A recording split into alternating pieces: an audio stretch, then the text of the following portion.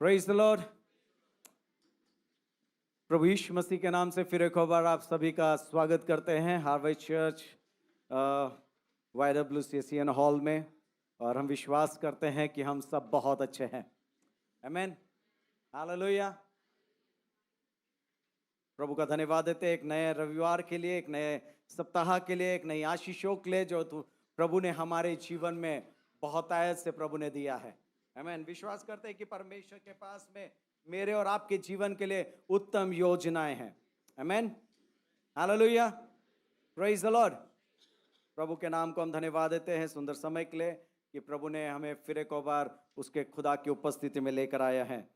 और आज हम जितने भी ऑनलाइन हैं आप सभी का स्वागत है, और जितने यहाँ पर चर्च में हैं आप सभी का बहुत आयत से स्वागत है। और परमेश्वर आप सभी को बहुत आयत से आशीषों से मामूर करे और खुदा के अनुग्रह से आप लोगों को आशीषित करने पाए। सो हम प्रभु का धन्यवाद देते हैं।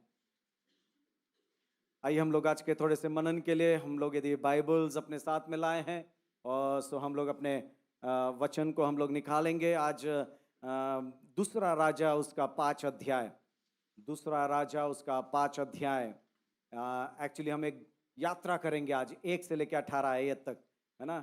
एक जर्नी करेंगे हम लोग 1 से लेकर 18 तक, और कोशिश करेंगे कि कहाँ तक हम जा सकते हैं और प्रभु हमें क्या सिखाते हैं, प्रभु हमसे क्या बातचीत करते हैं। सो हम प्रभु के नाम को धन्यवाद देते हैं। सो दूसरा राजा उसका 5वां अध्याय जब हम पढ़ते हैं या सुनते हैं तो हमें क्या जहन में आता है? सबसे पहले नामान के बारे में, है ना। सो हम प्रभु का धन्यवाद देते हैं। अवश्य नामान हम लोग जानते हैं एक सेनापति था, सीरिया का एक सेनापति था, बहुत शूरवीर था, बहुत अच्छा था। उसका जीवन बहुत मतलब राजा उस पर निर्भर हुआ करता था। सो एक ऐसा सेनापति जो बहुत कौशल हुनर से भरा हुआ व्यक्ति था, है ना। सो आज हम इस क्या बोलते हैं अध्याय से, आयतों से हम क्या सीखने जा रहे हैं। सो हम अपेक्षा के साथ बैठे प्रभु के सामने कि परमेश्वर आज हमसे बातचीत करने पाए। कोई पढ़ देंगे पहली आयत, फिर हम लोग आगे बढ़ेंगे। आराम के राजा का नामान नामक सेनापति अपने स्वामी की दृष्टि में बड़ा और प्रतिष्ठित पुरुष था, क्योंकि यहोवा ने उसके द्वारा अरामियों को विजय किया था। वो शूरवीर था परंतु कोढ़ी था। आइए हम लोग दुआ करें। अनुग्रहकारी दयालु परमेश्वर, हम तुझे धन्यवाद देते हैं प्रभु। हम अपने आप को तेरे हाथों में समर्पित करते हैं प्रभु। जिस आत्मा में ये किताब लिखी गई है प्रभु जी, उसी आत्मा में जो तूने हमें दिया है बोलने में, सुनने और चलने के लिए तुम्हारी मदद और सहायता कर प्रभु जी। खुदावंद परमेश्वर, सारी बातें हम तेरे हाथों में सौंपते हैं। हम अपने आप को, हम सभी को अपने आप को खुदावंद परमेश्वर तेरे आत्मा के अधीनता में कर देते हैं। और प्रभु होने दे कि तेरी आत्मा आज हमसे बातचीत करे, हमारी हर एक वो ज़रूरतों को पूरी करने पाए प्रभु, ताकि हम तेरे आत्मिकता में बढ़ने पाए। यीशु के नाम से मांगते हैं, आमीन। सो यहाँ पे हम पढ़ते हैं कि आराम के राजा का जो नामान नामक एक सेनापति था, जो कि एक शूरवीर था, एक बहुत अच्छा एक योद्धा था। और वो व्यक्ति जिसने बहुत अच्छे कार्य को, और इवन वहां पे लिखा है कि वो आरामियों को उसने क्या किया? विजय भी दिलाया। आरामियों को उसने विजय भी दिलाया। किससे विजय दिलाया आरामियों को?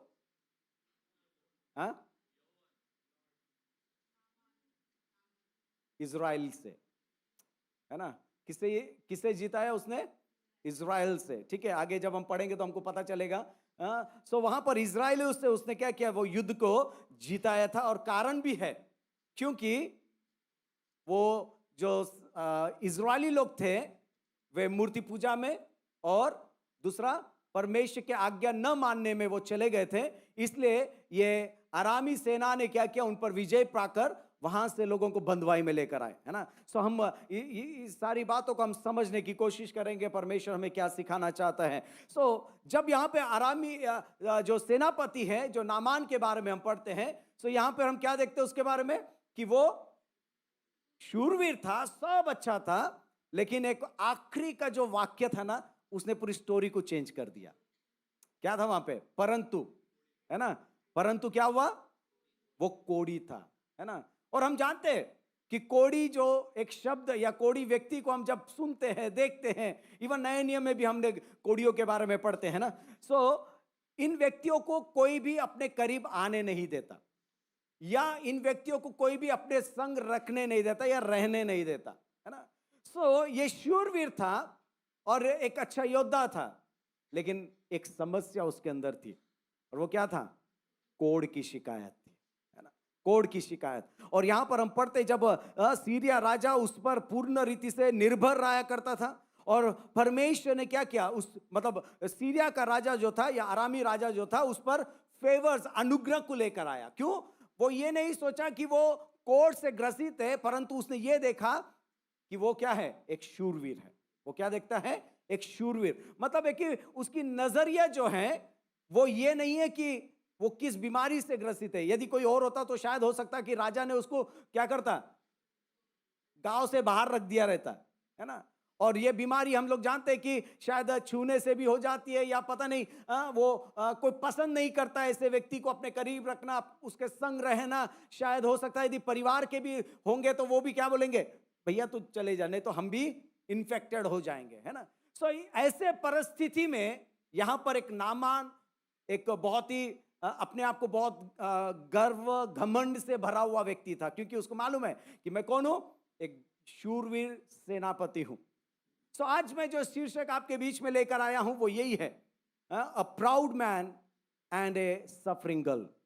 ए proud man and a suffering girl, मतलब है कि एक घमंड से भरा हुआ आदमी और क्या बोलते हैं, एक पीड़ित लड़की, एक पीड़ित लड़की, जिसके बारे में आज हम लोग पढ़ने जा रहे हैं, जिसके बारे में परमेश्वर ने जो संदेश को दिया है, वो हम मिलकर इसको सीखेंगे, समझेंगे, और खुदा के अनुग्रह में हम बढ़ते चले जाएंगे। इसलिए ये सीरिया का जो राजा था, ये इजराइलियों को उन पर जयवंत होके वहां से लोगों को उसने लेकर आया, और वहां पर उसने क्या किया, और वो बहुत ही क्या बोलते हैं, एक कष्ट से गुजर रहा था। उसको मालूम था कि मुझे क्या तकलीफ है, उसे मालूम था कि मैं किस परिस्थिति से गुजर रहा हूं, उसको मालूम था कि ये तकलीफ शायद मेरे भविष्य को खत्म कर सकती है, ये तकलीफ मेरे शायद शूरवीर का जो टाइटल है वो मुझसे छीन लेगी, है ना। ये सारी बातें उसके जहन में चल रही होगी। और उसी समय हम जानते हैं कि 5वें आयत में 5 में हम पढ़ते हैं। सो वहां पर हम क्या देखते हैं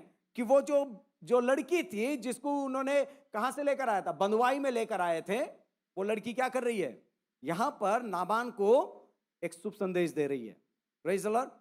पढ़ देंगे कोई। तब आराम के राजा ने कहा, तू जा, मैं इज़राइल के राजा के पास एक पत्र भेजूंगा। हाँ, तब सिस्टर उसके ऊपर का पढ़ दीजिएगा प्लीज। तो नामान ने अपने प्रभु के पास जाकर कह दिया, हाँ। इज़राइली लड़की इस प्रकार कहती है। हाँ, आराम के राजा ने कहा, तू जा, मैं इज़राइलियों के राजा के पास एक पत्र भेजूंगा। बस काफी है। यहाँ पे क्या बोलता है, अब आरामियों ने अपने एक क्या बोलते हैं हमले में, जब वो इज़राइल में गए थे, हमला किया, वहां से उन्होंने क्या किया, इस लड़की को उन्होंने लेकर आए थे, है ना। और ये लड़की वहां पे बंधुआई में आई थी, और उसने कहा वहां पर उस नामान की यदि तू मेरे प्रांत में होता तो शायद तू ये कोढ़ से क्या है, जो बीमारी है, जो तकलीफ है, इससे क्या हो जाता, तू निजात पाता, छुटकारा पाता, चंगाई को पाता, है ना। सो यहां पर ये एक छोटी सी लड़की जो बंधुआई में है, वो क्या कर रही है, नामान को एक शुभ संदेश दे रही है। यदि मैं कहूं आज के समय यदि मैं कहूं तो वो गॉस्पल शेयर कर रही है ना। वो एक सुसमाचार प्रचार कर रही है, क्या करके, कि मेरे प्रांत में यदि तू होता तो शायद तू क्या होता, चंगा हो जाता, है ना। ये रोग, ये बीमारी से तू क्या होता, छुटकारा पा लेता, ये बीमारी तुझे कभी और ना होती, है ना। सो कौन बोल रहा है, एक गुलाम लड़की बोल रही है, जो बंधुआई में लेकर आई। इसको मैं डिस्क्राइब करूंगा मेरे सेकंड पॉइंट के अंदर, बहुत अच्छी तरीके से हम लोग उसको हम उसको समझने की कोशिश करेंगे। सो यहां पर ये जो लड़की ने जब संदेश दिया, तो नामान अपने राजा के पास में गया और राजा से बोला कि भाई मेरी जो मेड सर्वेंट है उसने मुझे बताया कि वहां इज़राइल में कौन है, एक ऐसा भविष्यवक्ता है, वो मुझे चंगा भी कर देगा। तो उसने क्या किया, राजा ने भविष्यवक्ता के नाम पर लेटर नहीं लिखा। किसके नाम पे लेटर लिखा? राजा के नाम पर लेटर लिखा, है ना। हम लोग जानते हैं, जब पूरे अध्याय को पढ़ते हैं, मैं थोड़ा सा कहानी बोलकर फिर मैं अपने मुद्दे पर चलूंगा, है ना। जब आप ये क्या बोलते हैं, नामान के राजा ने, उसने क्या किया, उस इजराइल के राजा के नाम पर एक पत्र लिख दिया, और जब इजराइल के राजा के पास में पत्र आया तो क्या हो गया, वो व्याकुल हो गया, वो चिंतित हो गया, वो डर गया, वो घबरा गया, वो सोचा कि अब ये फिर से हमसे क्या करना चाहते हैं, युद्ध लड़ने की कोशिश करना चाहते हैं, है ना, बहाने ढूंढ रहे हैं, क्योंकि क्या मैं मारने और जिलाने वाला व्यक्ति हूं? Praise the Lord. देखो, बहुत से बार क्या होता है, मनुष्य का सोच थोड़ा सा डिफरेंट हो जाता है। वो उसकी नजर कहां रहती है? मनुष्य की ओर लगी रहती है। हम आज भी देखते हैं कि लोग खुदा के पास जाना पसंद नहीं करते, परंतु मनुष्य के पास जाना पसंद करते हैं। खुदा से मांगेंगे नहीं, खुदा से कहेंगे नहीं हमारे रोगों को चंगा कर, हमारे परिस्थितियों को बदल दे, हमारे जीवन को तू बदल दे, लेकिन हम किसके पास जाते हैं? मनुष्य। आशा लगा करके जाते हैं कि ये इस व्यक्ति के पास जाऊंगा तो क्या हो जाएगा, शायद मैं चंगा हो जाऊंगा, शायद हो सकता है कि मेरे रोग बीमारी जो इतने सालों से नहीं गई है, शायद ये व्यक्ति मेरे जीवन के सारे दुखों को दूर कर सकता है। इसे राजा ने क्या बोला, क्या मैं मारने और जिलाने वाला कोई व्यक्ति हूं कि ये तो राजा मुझसे क्या करना चाहता है, युद्ध लड़ने की कोशिश, बहाने ढूंढना चाह रहा है।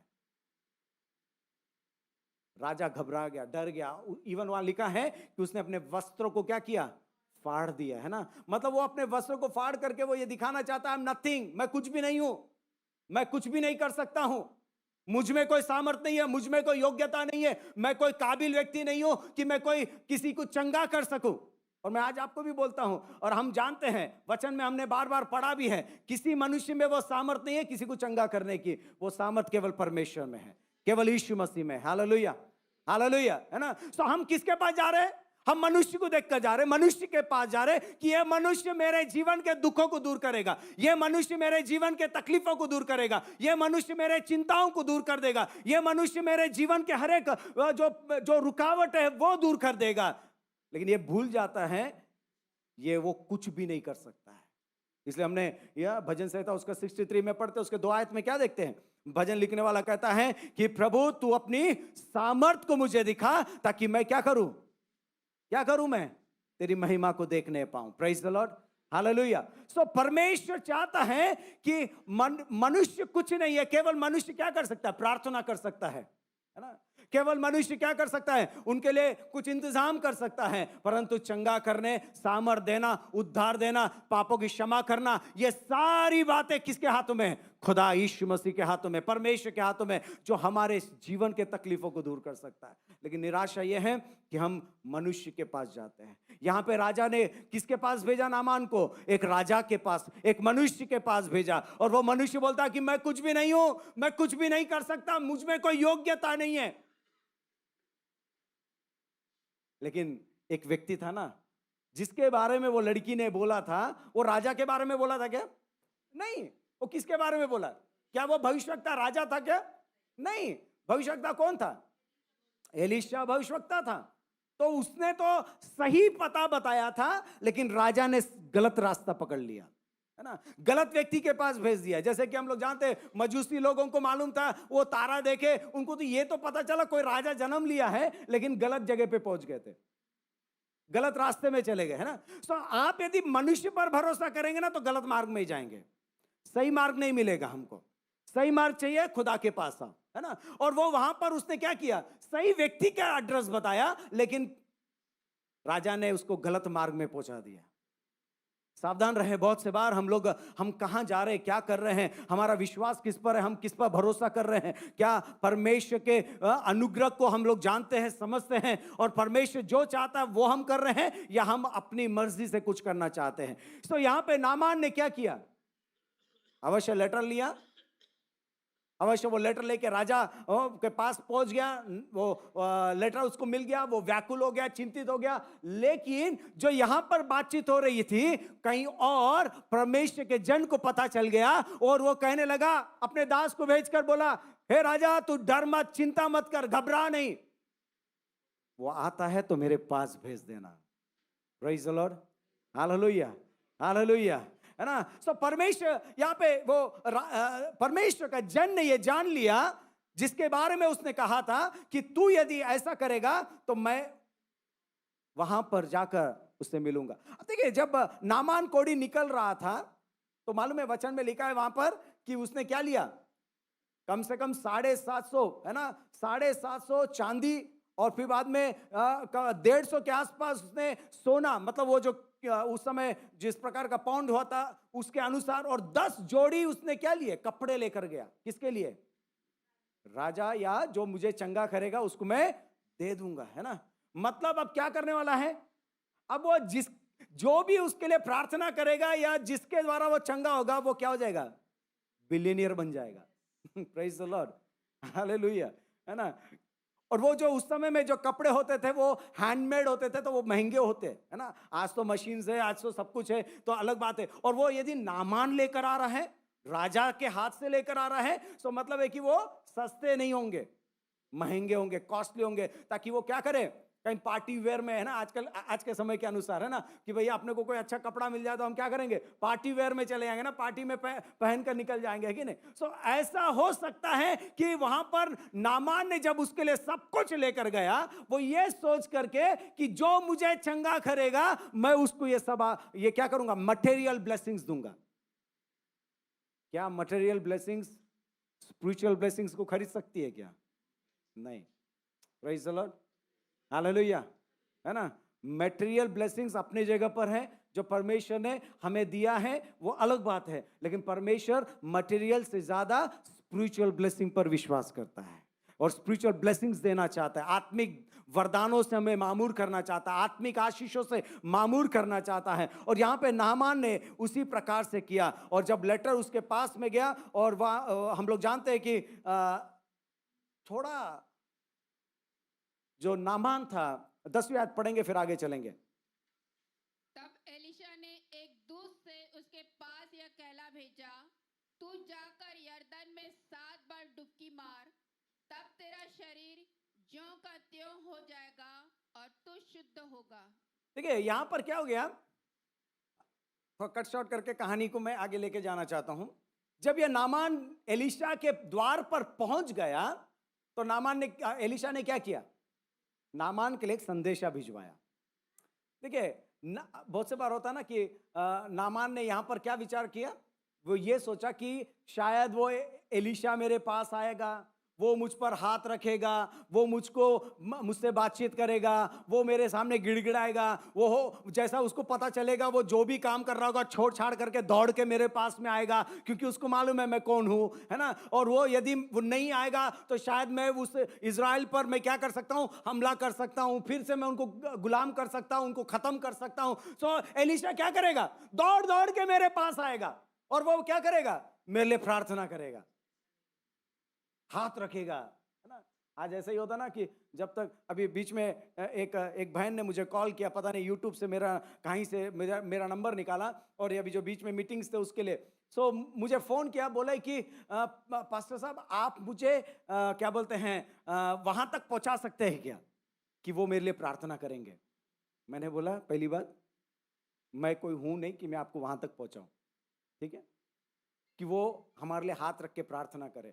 मैंने कहा कि आप यदि विश्वास करते हैं यीशु मसीह पर, आप वैसे ही चंगे हो सकते हैं, है ना। आप यदि विश्वास करते हैं तो जरूरी नहीं है कि अवश्य हाथ रखने से ही आप चंगे हो जाएंगे, उसका वचन आने से भी आप चंगे हो जाएंगे। प्रेज द लॉर्ड, हालेलुया, है ना। सो वचन जब हमारे पास पहुंचता है हमारे जीवन बदल जाते हैं, है ना। सो जब तक वचन को हम ग्रहण नहीं करेंगे तो हम कैसे हम ये कहने पाएंगे कि परमेश्वर मेरे जीवन में कार्य करेगा। सो यहां पर क्या हुआ, नामान ने यह सोचा कि वो व्यक्ति मेरे पास आएगा और मेरे सिर पर हाथ रखेगा और मुझसे मेरे लिए प्रार्थना करेगा। वो वहां पर शायद हो सकता है कि गिड़गिड़ाए, रोए, शायद और भी बहुत सी चीजें वो करेगा, और मुझे क्या करेगा, चंगा कर देगा। और मैं ये सब जो लेकर जा रहा हूं मैं उसको क्या करूंगा, भेंट स्वरूप। परमेश्वर को आपके मटेरियल ब्लेसिंग्स की नहीं परंतु स्पिरिचुअल ब्लेसिंग्स की जरूरत है।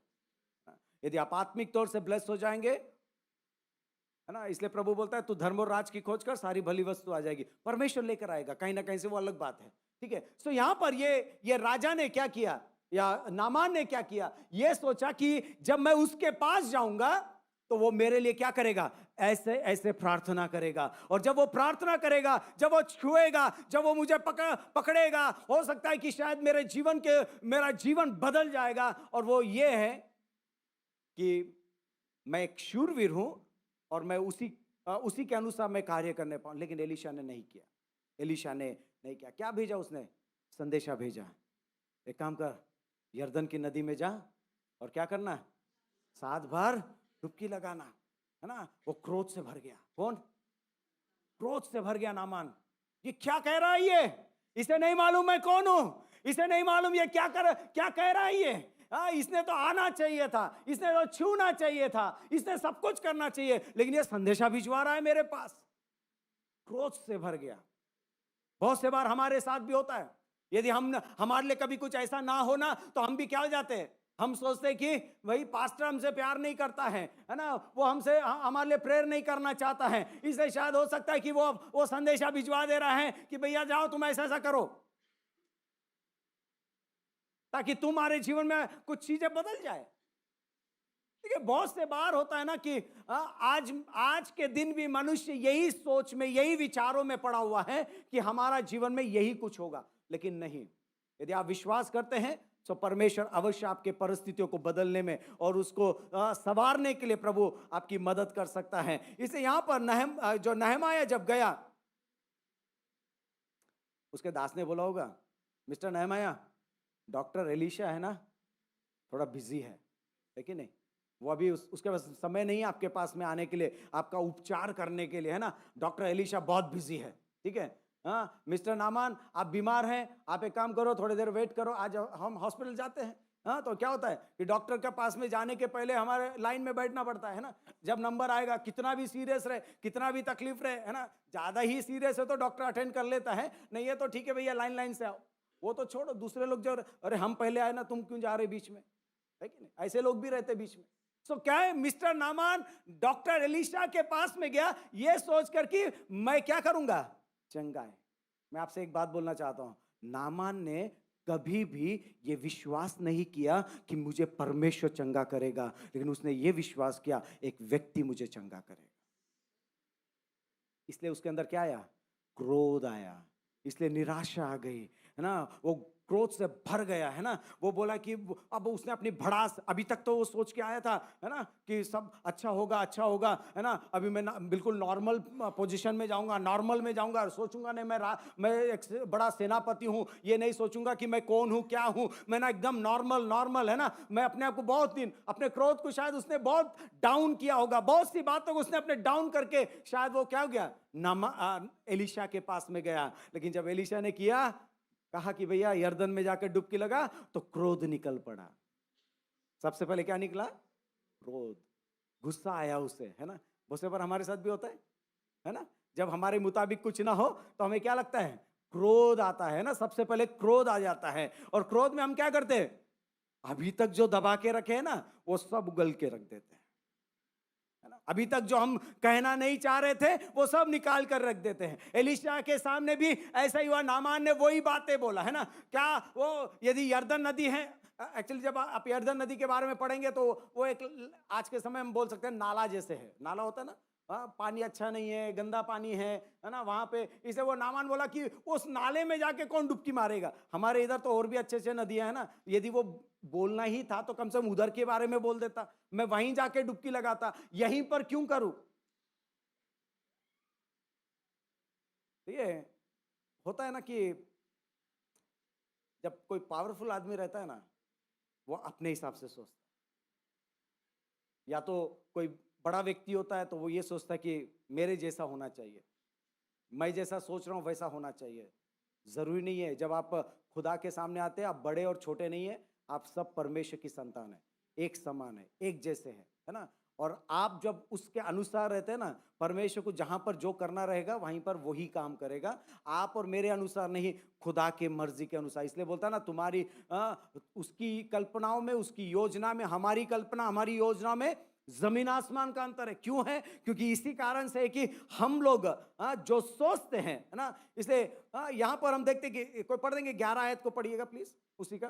परंतु क्रोधित हो यह कहता हुआ चला गया। हाँ, मैंने तो सोचा था कि अवश्य वह मेरे पास बाहर आएगा और खड़ा होकर अपने परमेश्वर यहोवा से प्रार्थना करके कोढ़ के स्थान पर अपना हाथ फेरकर कोढ़ को दूर करेगा। है ना।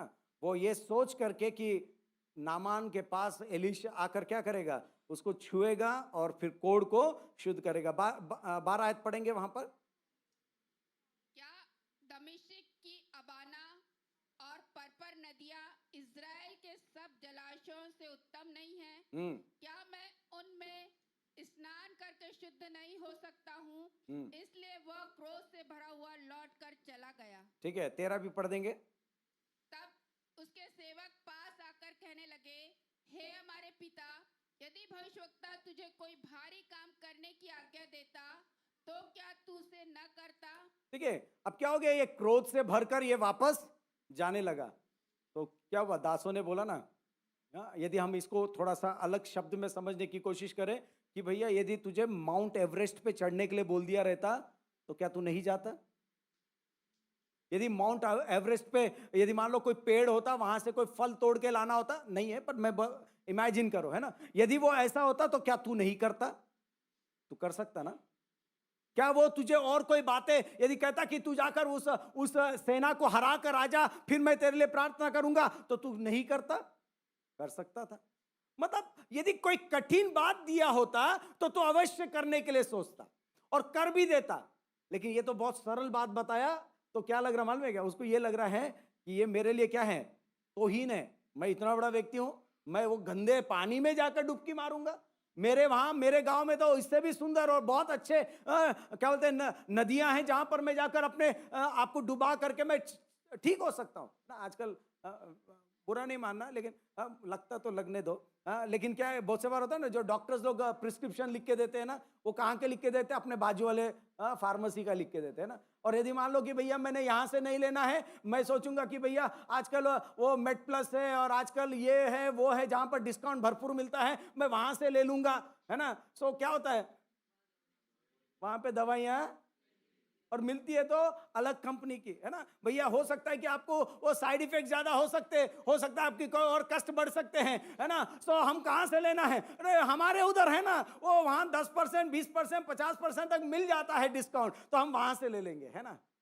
लेकिन नहमाया क्या कहते हैं, नामान यहां पर क्या है, वो इस प्रकार से सोच रहा कि मैं यहां नहीं करते हुए मैं वहां जाके कर लूंगा। लेकिन नामान ने एलीशा ने बोला, नहीं, यही नदी तेरे लिए छुटकारे का नदी है।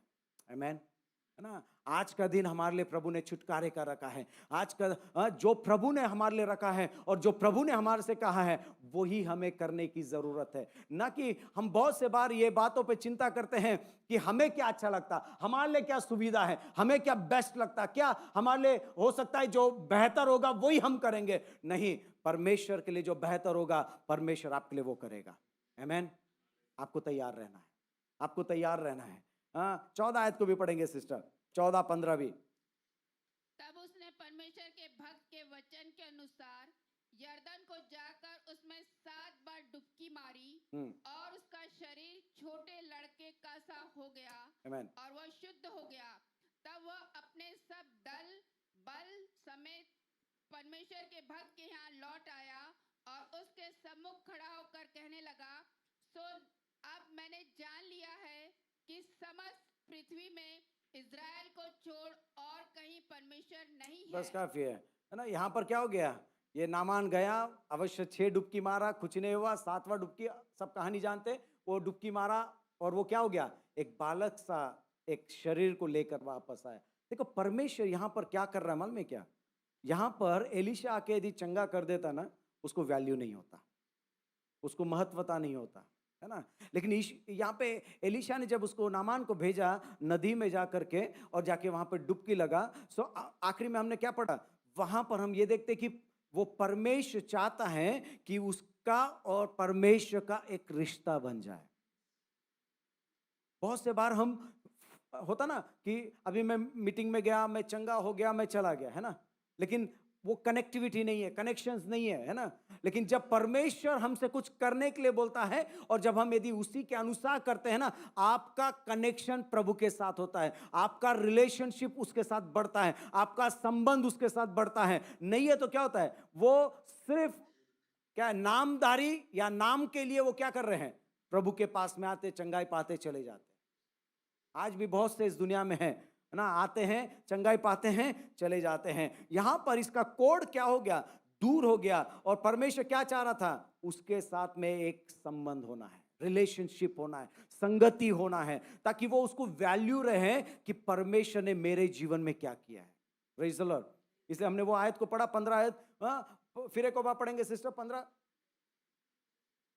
तब वह अपने सब दल बल समेत परमेश्वर के भक्त के यहाँ लौट आया और उसके सम्मुख खड़ा होकर कहने लगा, सुन, अब मैंने जान लिया है, अब मैंने क्या किया है, जान लिया है कि इज़राइल के परमेश्वर के जैसा कोई और परमेश्वर नहीं है। मतलब है कि अभी तक उसने नहीं जाना, अभी तक वो चंगाई के लिए भी आया था ना, तब तक भी उसने परमेश्वर के बारे में नहीं जाना। उसका नजर किस पर था, मनुष्य पर था। उसका नजर किस पर था कि कोई व्यक्ति मुझे छुएगा, मुझे चंगाई दे देगा। लेकिन अब जब वो चंगा हो गया, तब जाना कि वाकई में परमेश्वर, इज़राइल का परमेश्वर महान परमेश्वर है। प्रेज द लॉर्ड, हालेलुया, है ना। सबसे पहले हमें क्या है, मनुष्य को न जानते हुए, परिस्थितियों को न जानते हुए खुदा को जाने कि मेरी परिस्थितियां दूर कौन कर सकता है, मेरी तकलीफें दूर कौन कर सकता है, मेरी बीमारियां दूर कौन कर सकता है, मेरे कष्टों को दूर कौन कर सकता है। ये बात को हमें सबसे पहले जानने की जरूरत है। सो आज मैं पहली बात आपके बीच में रखना चाहता हूं। संक्षेप में, समय मेरे पास कम है। पहली बात जो आपके बीच में, दो ही बात रखूंगा। पहली बात आपके संग रखना चाहता हूं, God use your pain to bring you to himself, है ना। क्या बोलता है, परमेश्वर आपको अपने पास लाने के लिए आपके दर्द का उपयोग करता है। क्या करता है वो, आपके दर्द का उपयोग। यहां पे ये जो नामान जो था, ये कौन था, एक शूरवीर था ना।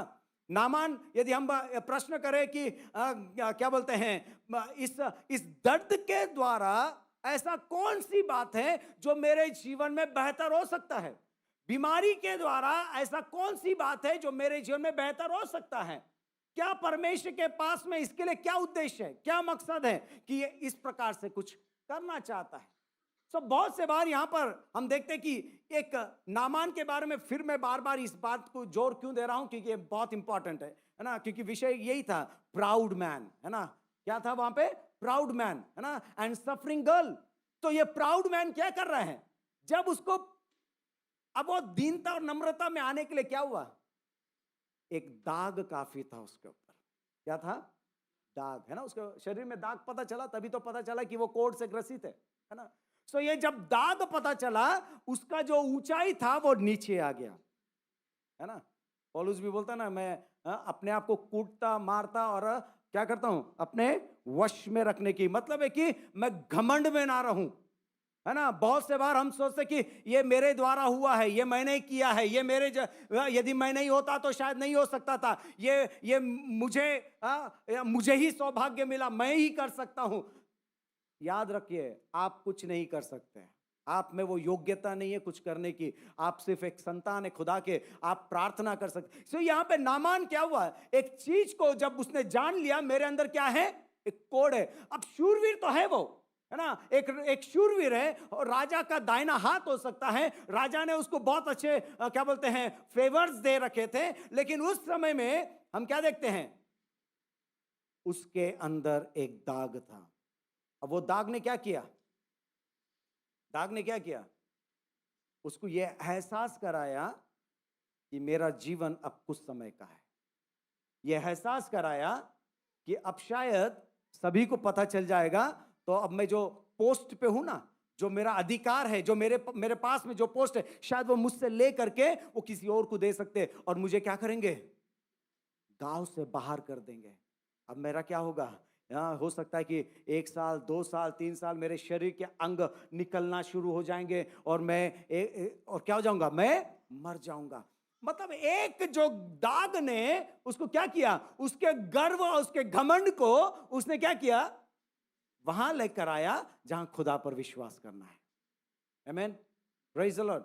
बहुत से बार ये घमंड जो है ना, हो सकता है कि हमारे पास में अलग अलग प्रकार के होंगे, है ना। मैं ये मेरे पास ये मैंने ये किया, इसका घमंड, मैंने वो किया, उसका घमंड है, मैं ये कर सकता हूं, इसका घमंड है, मैं वो भी कर सकता हूं, इसका घमंड है। लेकिन याद रखिएगा, ये घमंड कभी भी हमें खुदा के पास जाने से, है ना, खुदा के पास जाने से रोक देगा। ये घमंड आपको खुदा के साथ संगति करने नहीं देगा, सहभागिता करने नहीं देगा। इसलिए ये एक रवैया जो जो ये नामान का था, ये सोचकर कि मैं एक शूरवीर हूं, मैं एक माना हुआ व्यक्ति हूं, मैं एक क्या बोलते हैं, एक अच्छा एक योद्धा हूं। लेकिन एक दर्द ने, एक दाग ने क्या कर दिया, उसको नीचे लेकर आया। और वही दाग ने क्या किया मालूम है क्या, उसका चंगाई का कारण बन गया। वही दाग ने क्या किया, उसको परमेश्वर के पास आने के लिए मदद कर दिया। प्रेज द लॉर्ड, हालेलुया, है ना। बहुत से बार हमारे जीवन में एक छोटी सी समस्या भी हमारे जीवन को क्या करती है, हमारे उस घमंड के परिस्थिति से खुदा के नजदीक लाने के लिए काफी हो जाता है। और यह नामान के जीवन में ऐसा ही हुआ। इसलिए what if God was saving that to you in your pain. प्रभु क्या कहना चाहता है कि आपके दर्द, आपके पीड़ा में आपके साथ क्या करने जा रहा है, आपके साथ क्या करेगा। बहुत से बार यह हो जाता है कि जब भी हम समस्याओं में होते हैं, जब भी हम कष्टों में होते हैं, हो सकता है कि हम परमेश्वर के साथ चलना भूल जाते हैं, परमेश्वर के साथ चलना हम छोड़ देते हैं, परमेश्वर के संग हम संगति करना हम छोड़ देते हैं। लेकिन परमेश्वर बोलता है कि एक वो बात है जो परमेश्वर आपको क्या करेगा, खुदा के पास लेकर आएगा। एक दर्द, एक तकलीफ, एक परेशानी, इसका मतलब ये नहीं है कि परमेश्वर आपको अपने पास बुलाने के लिए बीमारियां दे रहा है, आपके पास बुलाने के लिए आपको तकलीफें दे रहा है, इसलिए आपको बुलाना चाहता नहीं। वो आपके जो आपके तकलीफें हैं, आपके घमंड को वो क्या करना चाहता है, नीचा करना चाहता है। और जब आप घमंड की आंखों से नीचे आएंगे ना, तब आप परमेश्वर की बातों को समझ पाएंगे, परमेश्वर को देख पाएंगे, परमेश्वर को समझ पाएंगे, उसके अनुसार जीवन जीने के लिए खुदा आपकी मदद करेगा। हो सकता है आज हमारे पास घमंड क्या होगा, मैं बहुत एजुकेटेड हूं, हो सकता है मैं बहुत ज्ञानी हूं, हो सकता है कि मेरे पास में सब कुछ है, हो सकता है कि मैं जो चाहूं वो मैं कर सकता हूं, है ना। बहुत सी बातें होगी जहां पर हम कर सकते हैं। अच्छी नौकरी है, अच्छी सैलरी है, अच्छा परिवार है ना, सब कुछ हो सकता है कि आपका घमंड है। लेकिन परमेश्वर बोलता है कि ये घमंड एक दाग से, एक तकलीफ से, एक दर्द से सब कुछ खत्म हो सकता है। इसलिए हमें जानना चाहिए कि यहाँ पे अपना नामान के जीवन में कि किस प्रकार से परमेश्वर यहाँ पर उसके जीवन को बदल रहा है।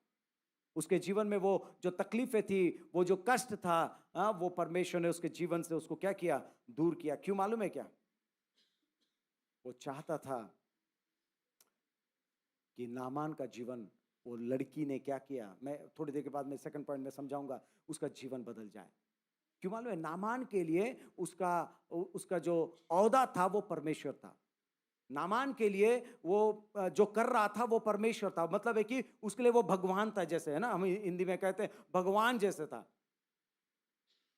होता ना कि अभी मैं एक किताब पढ़ रहा था और उस समय किताब में एक खिलाड़ी के बारे में पढ़ रहा था। और वो खिलाड़ी बहुत अच्छा खिलाड़ी था। आजकल तो आप जानते हैं ना कि आजकल आईपीएल भी हैं और बहुत से ऐसे टूर्नामेंट्स होते हैं जहां पर करोड़ों रुपए लगा देते एक खिलाड़ी के पीछे, होता है कि नहीं, लगा देते। सो अब क्या होता है, यदि मान लो कि एक खिलाड़ी जख्मी हो जाए खेलते समय, तो क्या हो गया, उसका भविष्य खत्म हो सकता है। दूसरा, जो मिला हुआ पैसा शायद उससे ले लिया जा सकता है ना, हो सकता है कि उसका नाम खत्म हो जाता है ना। सो यहाँ पे नामान के जीवन में भी ऐसा ही कुछ हो रहा है। सो यहाँ पे ये एक खिलाड़ी के बारे में पढ़ रहा था, तो एक पास्टर जिसके पास में वो आया और वो पास्टर ने कहा उसके साथ में, वो कहने लगा कि मेरी जिंदगी खत्म हो जाएगी अब यहाँ पर, अब मैं इसके आगे कुछ भी नहीं कर सकता हूं। सो क्या तुम मेरे लिए प्रार्थना कर सकते हैं, मैं चंगा हो जाऊं ताकि मेरा जो भविष्य है वो अच्छा होने पाए, मेरा भविष्य में मैंने जो मेरे सामने है मैं उसको हासिल करने पाऊं। सो वो पास्टर गया, उसको समझाया, भविष्य संवारने से पहले तुझे प्रभु को जानना बहुत जरूरी है। मतलब ये तकलीफ जो उसके जीवन में आई थी, उसको वहां पर लाके खड़ा किया कि वो परमेश्वर के पास आए, कि परमेश्वर उसके जीवन में कार्य करे। सो बहुत से बार हमारे जीवनों में भी हम ऐसे ही देखते हैं कि कैसे लोग हैं जो इस प्रकार के कष्टों से खुदा के पास आते हैं। मैं अभी ऑनलाइन सुन रहा था जब मैं मीटिंग में कि एक मुस्लिम व्यक्ति था जो क्या हुआ, वहां पर आया और चंगाई प्राप्त किया, है ना। अभी मीटिंग्स में अभी जो हुई थी, है ना, एक मुस्लिम व्यक्ति आया गवाही, वो बोले मैं जा रहा था और मैंने सुना और मैंने विश्वास किया और उसने आगे टेस्टिफाई भी किया। और टेस्टिफाई करने के बाद में अब मुझे ये नहीं मालूम वो व्यक्ति किधर है, मुझे नहीं मालूम अब वो व्यक्ति को कौन फॉलो अप कर रहा है। चंगाई तो पा लिया उसने, चंगाई पा लिया उसने, लेकिन जीवन बदला क्या, जीवन में काम हुआ क्या? यदि हो रहा है तो कौन फॉलो अप कर रहा है? तो ये कहने का अर्थ है ना, बहुत से बार लोग चंगाई के लिए आते हैं, चंगाई पाते चले जाते हैं, लेकिन परमेश्वर सिर्फ चंगाई नहीं देना चाहता, आपके जीवन को बदलना चाहता है। इसलिए उसने मार्ग, इसलिए उसने माध्यम खोला, है ना। इसलिए उसने क्या किया, उसने सारी बातें नामान के सामने इस प्रकार से रखा कि उसका जीवन सिर्फ चंगाई तक ही सीमित ना रहे। क्योंकि ये खिलाड़ी लोग भी, हम जब पढ़ते खिलाड़ियों के बारे में, इनका भगवान कौन है? इनका गेम, इनका पैसा, है ना। ये आप बोलेंगे इधर भी जाओ, इधर भी जाएंगे, उधर जाओ, उधर भी जाएंगे, उधर भी टेकना टेक देंगे, इधर भी टेकना टेकेंगे, और इधर भी आएंगे तो ऐसा ऐसा कर देंगे, सब हो जाएगा उनका। लेकिन क्या जीवन बदला है क्या? सिर्फ वो कुछ मकसद के लिए आते हैं, लेकिन जब परमेश्वर लेकर आता है ना, आपके तकलीफ में आपको यदि खुदा के पास लेकर आता, पूरा बदल देता है। आमीन। पूर्ण तरीके से वो चेंज करना चाहता है। सिर्फ ये नहीं कि आपको सिर्फ चंगाई दे दे, आपका जीवन का भी चंगाई होना जरूरी है, आपके मन का भी चंगाई होना जरूरी है, आपके विचारों का चंगाई होना जरूरी है, आपके सोच का चंगाई होना जरूरी है, आपके क्या बोलते हैं, आपका जो लक्ष्य है उसका चंगाई होना जरूरी है। तभी जाकर आप सही मार्ग पर आप चलने पाएंगे। इसलिए यहाँ पर ये नामान के जीवन में हम देखते हैं कि परमेश्वर सिर्फ उसके कोड को ही चंगा नहीं किया, परंतु परमेश्वर ने क्या किया, उसके जीवन में एक परिवर्तन को लेकर आया। और वो परिवर्तन ये था कि वो चाहता था कि वो परमेश्वर के साथ में संबंध बनाए, और उतना ही नहीं परंतु उसके साथ में परमेश्वर का अनुग्रह उसके ऊपर आ जाए और उसका जीवन क्या हो जाए, बदल जाए। बहुत सी बातें हैं, समय मेरे पास कम है। एक वचन पढ़ेंगे, 19 आयत पढ़ेंगे प्लीज उसी का। उसने उनसे कहा, कुशल से विदा हो। वह उसके यहाँ से थोड़ी दूर चला गया था। ठीक है, हम लोग जानते हैं कि अब उसका शरीर कैसा हो गया, बालक की नाई शरीर हो गया, है ना। और वो अवश्य कि वहां से वो चला गया। परमेश्वर चाहता था उसको दो चीज करने के लिए। पहली बात है नम्र बनाना, दूसरी बात है विश्वास में लाना, है ना। ये दो बातें बहुत इंपॉर्टेंट थी, इसलिए प्रभु ने क्या किया, उसके जीवन को उस प्रकार से किया। मैं उसके आगे नहीं जाना चाहता हूं, लेकिन मैं, क्योंकि उसके आगे जाएंगे तो और भी लंबा हो जाएगा। सो यहां पर यह परमेश्वर दो चीज उसको सिखाना चाहता है, एक नम्रता और एक विश्वास, जो कि आज हम सभी के लिए बहुत महत्व है। आज सभी के लिए महत्व है कि हम नम्र बने और विश्वास में बढ़े, विश्वास करने पाए हर बातों के लिए खुदा के।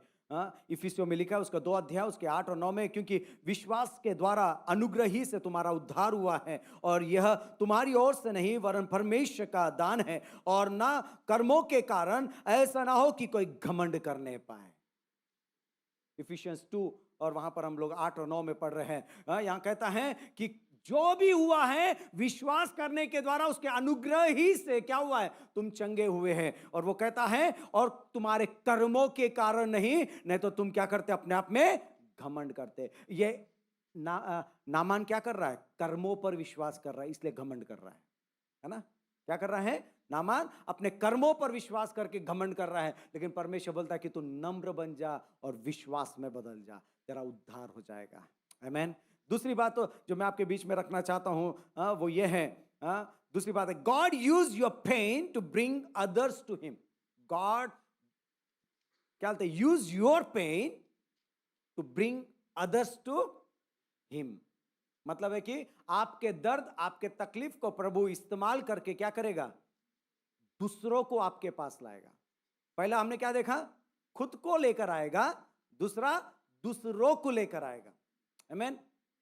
अभी आपको मैं जो बताना चाह रहा था, जो कि मेन जो इस कहानी का जो हम पढ़ रहे अध्याय, इसका मेन जो है वो कौन है, वो 14 साल की लड़की या 15 साल की लड़की जो छोटी थी, है ना, वो जो मेड बन के आई थी, है ना, वो लड़की एक मेन रोल यहां पे प्ले करती है। क्या था?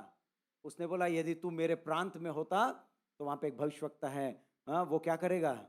देखिए मैं यहां पे कुछ बात बोल के मैं समाप्त करूंगा जल्दी। ये लड़की कहां से आई थी? इज़राइल से बंधुआई में लाई गई थी। ये लोग गए थे वहां पर, युद्ध किए, परिवार को मार दिए, मित्रों को मार दिए, फैमिली मेंबर्स को मार दिए, वहां के लोगों को उन्होंने मार दिया और इसको यहां पर लेकर आए। अब ये लड़की के अंदर क्या होना चाहिए? बोल सकते कोई? इस लड़की के अंदर क्या होना चाहिए? गुस्सा होना चाहिए, निराशा आना चाहिए, बदला लेने की एक स्वभाव होना चाहिए, है ना? मरता तो मरने देना, अपने को क्या करना है? अच्छा हो गया, मर जाएगा तो, है कि नहीं? कम से कम दोबारा वो क्या बोलते हैं, इजरायलियों पर युद्ध तो नहीं करेगा, जाके मरने दो, है कि नहीं? क्या हो जाएगा? वो लड़की यदि ये सोचती कि ये मर जाएगा तो बहुत अच्छी बात है कि नहीं?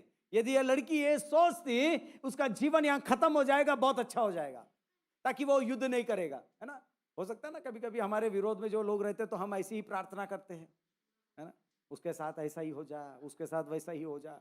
हाँ, मैं तो एक दिन एक जगह पर सुन रहा था, मैं जगह और नाम नहीं बताऊंगा, लेकिन जब आपको तो मालूम होगा अभी बीच में अपना महाराष्ट्र में सराट करने से कितना रुपए मिलेगा? हाँ, वो 11 लाख रुपए मिलेगा, मारेंगे तो इतना मिलेगा। तो किसी ने वहां पे गवाही दिया और वो बोल रहा था, और बोलते बोलते क्या बोलवा ले गया, मैं ये प्रार्थना कर रहा हूं उसके लिए वो लखवा मार जाए। किसको लखवा मार जाए? किसको लखवा मार जाए? जिसने बोला, जिसने, हाँ वो फरडर जो क्या उसका नाम जो भी है, तो उसको क्या मारे? लखवा मारे। और कौन प्रार्थना कर रहा है? अपने बंदे, है ना? अपने बंदे लोग। परमेश्वर क्या बोल रहा है यहां पे? ये लड़की क्या कर रही है?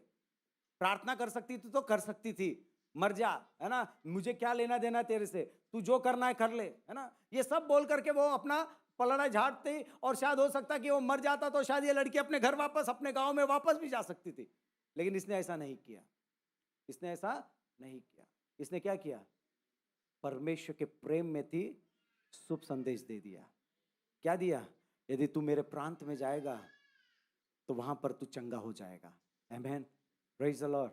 यदि उसके अंदर खोट होता, तकलीफ हो, मतलब वो कड़वाहट से भरी होती, वो निराशा से होती, और वो ये सोचती कि मर जाए तो अच्छी बात है, लेकिन याद रखना, अभी हमको मालूम है, अभी अमेरिका में भी एक घटना हुआ, इवन उड़ीसा में भी एक घटना हुआ। वहां पर लोगों ने क्या किया?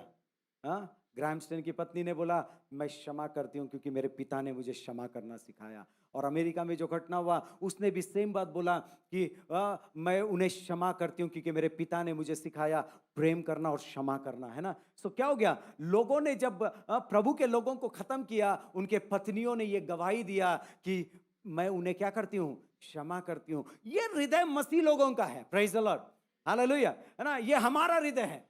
खुदा का मन जब किसी के अंदर होता है तो उसके अंदर ये क्षमा का हृदय उसके अंदर पाया जाता है। यदि आपके अंदर वो मन नहीं है ना, तो आप क्या करेंगे?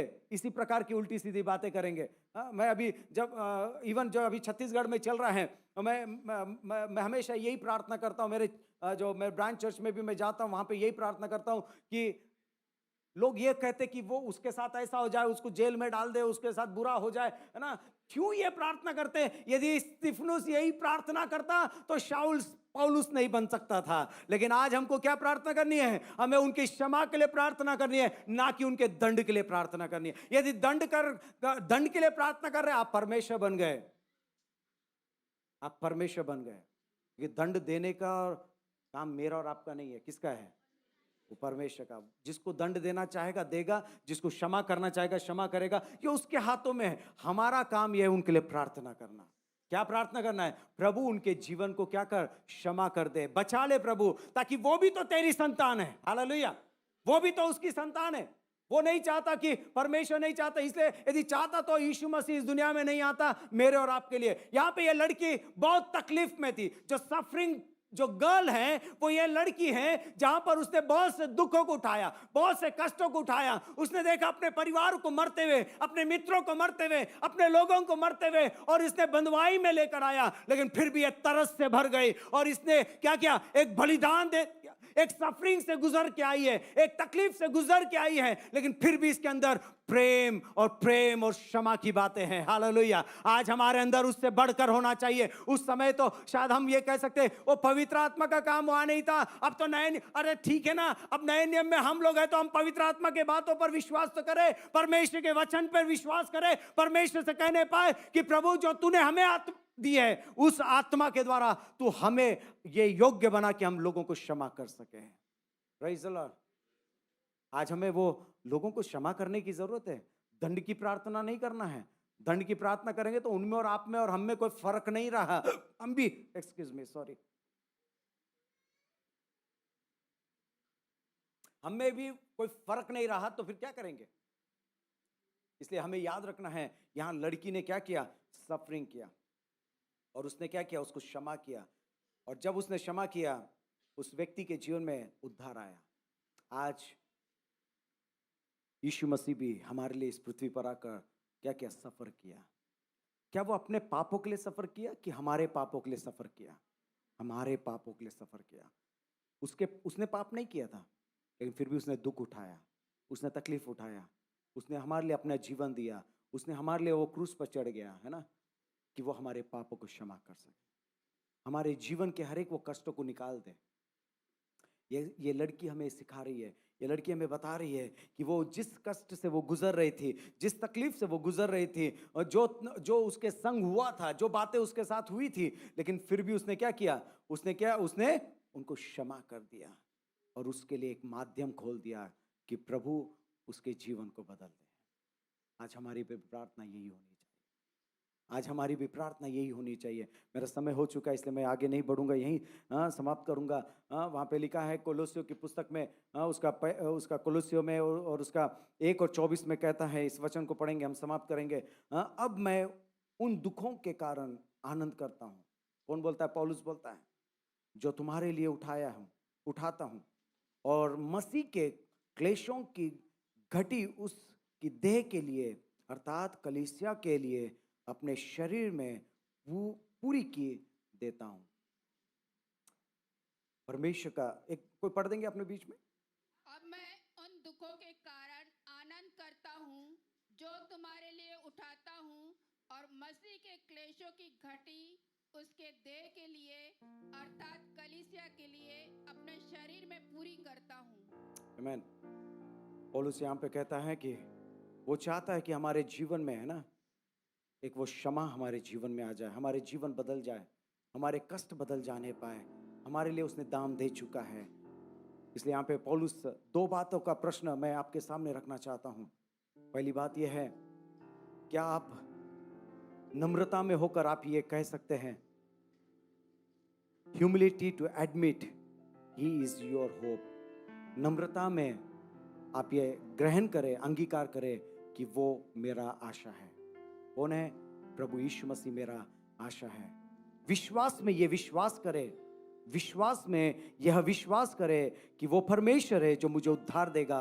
उतना ही नहीं, परंतु वो क्या करेगा? मेरे विश्वास के द्वारा मुझे ग्रहण करेगा। आमीन। ये 2 बातें बहुत इंपॉर्टेंट है ना, ह्यूमिलिटी एंड फेथ। मैंने जो नामान के बारे में बताया है, सो ये 2 बातें हमारे लिए बहुत ही महत्वता रखती है कि जब आप इस प्रकार से कन्फेस करते हैं, परमेश्वर आपको एक नई जिंदगी देने के लिए तैयार हो जाता है। इसलिए आज हमारे लिए ये सफरिंग्स क्या मायने रखते हैं? आज ये तकलीफ हमारे लिए क्या मायने रखते हैं? हम कष्टों से गुजर रहे क्या मायने रखते हैं हमारे लिए? ये मायने रखते हैं कि जब आप मसीह में होकर आप उसको पूछेंगे, प्रभु तू मुझे नम्र बना दे, यीशु तू मुझे नम्र बना दे, ताकि मैं ये अंगीकार करता हूं कि तू ही मेरी आशा है, और मैं ये विश्वास करता हूं कि प्रभु तूने मेरे विश्वास को ग्रहण करके तूने मुझे एक नया जीवन देने का वायदा किया है। आइए हम अपने स्थान पे खड़े हो जाएं और आज हम यही प्रार्थना करने पाए कि प्रभु तो हमें उस घमंड के रास्ते से हमें नीचे नम्रता में लेकर आ। प्रभु जी, ये लड़की ने अपना सब कुछ देकर उसने क्या किया? उस व्यक्ति को क्षमा कर दिया। आज वही यीशु मसीह भी हमारे लिए, वो अपने पाप के लिए दाम देने नहीं आया, परंतु हमारे पापों के लिए दाम देने के लिए आ गया, ताकि जब हम सताव में, दर्द में रहेंगे तो लोगों को हम उसके पास लेकर आ पाएंगे, लोग उसके पास आने पाएंगे, ताकि वो नई जिंदगी को पा सके, एक नई आशा को पा सके, एक नए विश्वास को पा सके, ताकि उनके पास में वो एक आशा होने पाए कि प्रभु मैं तेरे संग रहने पाऊं। हालेलुया। आइए हम अपने हृदय को खुदा के सामने रखने पाए, हृदय को खुदा के सामने रखने पाए। Thank you Jesus. तू ही है वो जो मुझको छुड़ाता, तू ही है वो जो मुझको संभालता, देखता हूँ मैं जब तेरे क्रूस की ओर, तू ही है वो जो मुझको बचाता, मैं आजाद हूँ, मैं आजाद तेरे लहू से हुआ हूँ, आमेन, प्रेज द लॉर्ड। मैं आजाद हूँ, मैं आजाद तेरे लहू से हुआ हूँ, टूटे सारे बंधन आजाद मैं हुआ हूँ। आज प्रभु हमारे बंधनों को तोड़ने पाए, नामान के बंधन को तोड़ दिया प्रभु ने, उसे एक नई जिंदगी दे दिया। हालेलुया। बंधन आजाद मैं हुआ हूँ, मैं आजाद तेरे लहू से हुआ हूँ। क्यों ना हम कन्फेस करने पाए, कन्फेस करें, अंगीकार करें कि प्रभु तो हमारे बंधनों को तोड़ने जा रहा है, जो तेरे निकट जाने से हमें रोकती है। यीशु उन सबको तोड़ डाले यीशु के नाम से। हालेलुया। टूटे सारे बंधन आजाद मैं हुआ हूँ, मैं आजाद तेरे लहू से हुआ हूँ। कन्फेस, कन्फेस करें, कन्फेस करें, आज अंगीकार करें, हमारे अंदर के सारे बंधन टूटने पाए, टूटने पाए। कन्फेस करें, हर एक समस्या कन्फेस करें, हर एक को रोकने वाली आत्माओं को कन्फेस करें यीशु के पास में। मैंने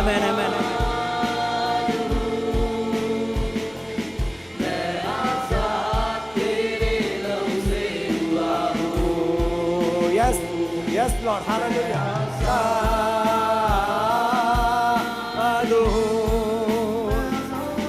मैं आजाद तेरे लहू से हुआ हूँ। Yes Lord. टूटे सारे बंधन, यस मास्टर, आज सारे बंधन टूटने पाए। यीशु हम अपने जीवन के हर एक को, कड़वाहट को, हर एक को, तकलीफों को, हर एक को, परेशानियों को हम तेरे सामने रखते जो तेरे विरोध में है प्रभु। लेकिन तू हमारे जीवन में आनंद देगा, तू हमारे जीवन को मामूर करेगा। तेरे अभिषेक से मामूर कर, तेरे अभिषेक से मामूर कर प्रभु। ओ लॉर्ड जीसस, तेरे प्रेम से, तेरे तरस से भर दे प्रभु। हम अपने जीवन के हर एक को बातें तोड़ दे। आमीन। कन्फेस करें, अंगीकार करें प्रभु के सामने। शांत ना रहने पाए, शांत ना रहे।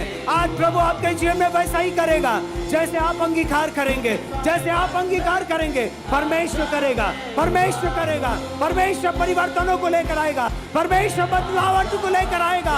परमेश्वर अपने योग्यता से, अपने सामर्थ्य के द्वारा आपके जीवन के हर एक कष्ट को दूर करेगा। Hallelujah. Thank you Jesus, thank you Lord. Amen, amen, amen. Praise the Lord. तेरे लहू से हुआ हूँ।